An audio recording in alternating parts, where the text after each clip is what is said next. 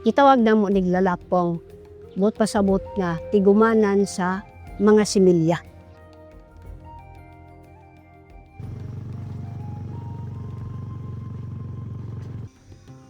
Sa una, kahoy pa, ang ginahimok na mo nga ilalapong. Mauna siya nga, pag butang na mo humay dito, pagtana na mo, mikaon na sa ilaga. Tungod kay ang ilaga, makakatkat man siya kahoy. Mana karon ang anong suminto na karon ang gitisip gitukod. Sa ilaga, dili siya kakatkat dito sa babaw. Kaya danlog man na. Panahon nga kuman nag-harvest ang maong humay, bularon na siya, tapos dito na ipundo ang similya. Isud na sa sako, tapos ikuha na dito si babaw para nga masipte. Nya dili gid na kakuhaan. Kung naaman mi makaon, isiparit na. Dili na isagol as lang naa sa tree house kay andam lang gid na sa similya. Malipusan pud og kanang ang mga lata para nang may sin karon. Ikuha na diha para nga dili makaagi ang ilaga. Panahon nga ting ugas na, ipakanaog na pud to, nya bularon kadali. Unya mo na tong ipugas na. Magtanom mi ani og Marso, Abril. So mag-harvest og Agosto, September. Depende sa harvest. Kasagaran, kung 5 kasako, 1 kasako yun ang nits ibabaw. Ang mga kaubanan na mo diri, nanay natukod na ani kadako, maghiu sa aming butang nito sa ibabaw. Magtanom naman pud mi, maghiu sa nakudmig, kuha sa among similya, tagsa. Mag-harvest nami, ibalik na pud ang similya sa ibabaw. Ang similya, dili mangud na siya malata, kay agi man sa adlaw, bulad man na may pagkabulad. Mauga na siya. 2024, gilagaan gyud mi tanang tanom namo gipang kaon sa ilaga. So dito na nang napupos amo ang gina maingani, purot gyud sa ilaga.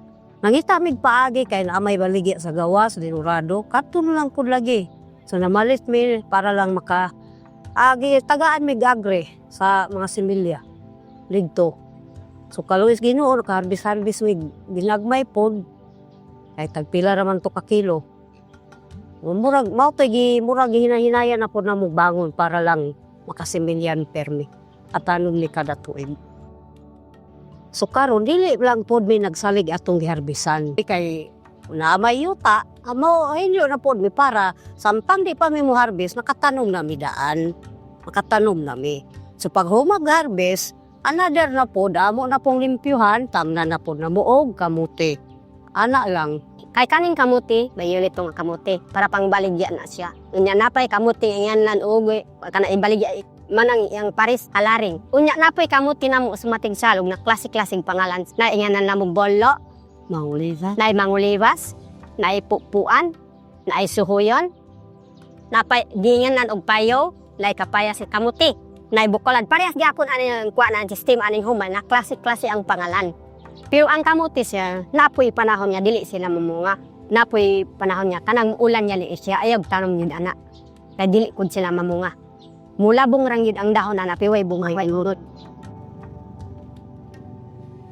Medyo nabiyaan na mo ang tradisyon sa unang panahon kay. Murag na pa na ba natunga na lang. O pareha karon nga iyata karon sa krisis sa panahon. So ang mga madali-dali kung na porta mamalik na lang gid pugas. Pero kaning niya, safety ni. Agad may planong palambuon. Dili pod mi musugot nga sa amo ang mga anak karon. Makaingon mi nga, basig wa na musunod. Motong gina-estudyohan namo karon nga ang among mga anak tudloan namo.